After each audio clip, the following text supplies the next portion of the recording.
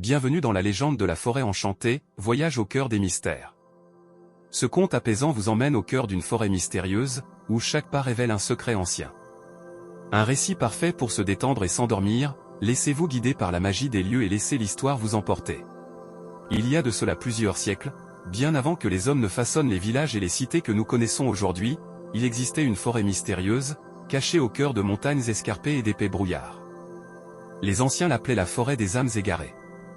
On racontait que quiconque osait s'aventurer dans cette forêt au crépuscule pouvait entendre des voix douces, à peine audibles, comme un murmure lointain qui flottait dans l'air. Les habitants des villages voisins disaient que cette forêt n'était pas comme les autres. Elle semblait vivante, consciente, et remplie d'un étrange pouvoir. Les arbres, aussi vieux que le monde lui-même, avaient des branches noueuses et torsadées, et leurs racines profondes s'entremêlaient, comme les fils d'un ancien mystère. En hiver, la forêt paraissait sommeiller sous une couche de neige immaculée, tandis qu'au printemps, elle se couvrait d'un tapis de fleurs sauvages aux couleurs chatoyantes. Mais le plus fascinant dans cette forêt, ce qui la rendait vraiment unique, était l'histoire qui disait qu'elle abritait les âmes perdues de ceux qui n'avaient jamais trouvé la paix. Ces âmes, dit-on, n'étaient pas des fantômes menaçants ni des esprits malveillants. Elles étaient plutôt des murmures bienveillants, des présences apaisantes qui veillaient sur les êtres vivants. Un soir d'automne, alors que le soleil se couchait derrière les montagnes, un jeune homme du village nommé Armand décida de s'aventurer dans cette forêt mystérieuse. Armand n'était pas comme les autres villageois. Il avait un cœur rempli de curiosité et une âme en quête de vérité profonde. Depuis qu'il était enfant, il avait entendu les histoires sur la forêt des âmes égarées, et il rêvait de percer le mystère de ces murmures et de cette forêt enchantée. En pénétrant sous le couvert des arbres, Armand sentit une étrange sérénité l'envahir. La lumière du crépuscule se diffusait à travers les feuilles, projetant des ombres douces sur le sol couvert de mousse. Le chant des oiseaux se taisait peu à peu, et un calme profond s'installait autour de lui. Alors qu'il avançait lentement, il remarqua que des lueurs légères flottaient dans l'air, comme de petites étincelles, des lanternes invisibles suspendues dans l'ombre.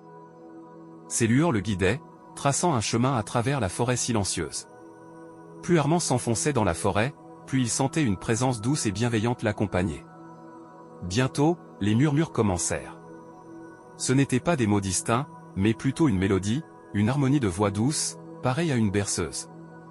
Les murmures semblaient lui parler, lui racontant des histoires anciennes, des souvenirs de vie passée et de rêves oubliés. Les arbres, majestueux et imposants, semblaient également l'observer. Armand sentit que chaque feuille, chaque branche, chaque racine recelait une histoire, une mémoire. Les arbres avaient vu des générations passer, des âmes venir et partir. Ils étaient les gardiens silencieux de ces vies qui avaient laissé leur empreinte dans la forêt. Soudain, Armand aperçut une clairière baignée d'une lumière douce et argentée. Au centre de la clairière se trouvait un grand chêne, plus ancien que tous les autres, dont les branches étendaient leurs ombres comme un voile protecteur. Sous le chêne, une petite étendue d'eau reflétait la lumière des étoiles. Ce miroir d'eau, dit-on, était l'endroit où les âmes se retrouvaient, là où les esprits égarés venaient se reposer. Armand s'approcha du bassin, et en se penchant, il aperçut son reflet. Mais ce reflet n'était pas le sien. C'était le visage d'un homme plus âgé, aux yeux emplis de sagesse et de douceur. Armand comprit alors qu'il était en présence d'une âme ancienne. Cette âme lui souriait, comme pour l'inviter à écouter. Une voix douce, venue de nulle part, lui chuchota qu'il était venu en paix, et qu'il était désormais l'hôte de la forêt. La voix lui raconta l'histoire de cette forêt, de la façon dont elle avait accueilli des âmes perdues depuis des millénaires.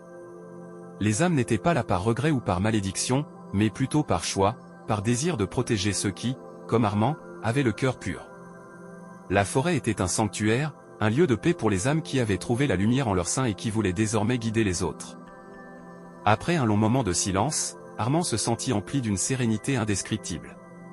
Il avait compris qu'il n'était pas seul et que la forêt, avec tous ses secrets et ses âmes bienveillantes, veillerait sur lui, même lorsqu'il serait de retour parmi les siens.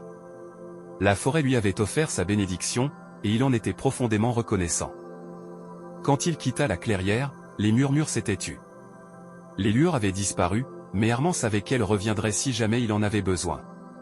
Il reprit le chemin du retour, le cœur apaisé et empli d'une nouvelle sagesse. La forêt, avec son silence et sa magie, lui avait offert plus qu'un simple voyage. Elle lui avait montré la beauté de l'âme humaine et la force de la paix intérieure. Armand rentra chez lui sans jamais révéler ce qu'il avait vu. La forêt des âmes égarées resta un mystère pour les villageois, mais pour lui, elle était devenue un sanctuaire. Chaque nuit, il repensait aux murmures et aux lueurs de cette forêt enchantée.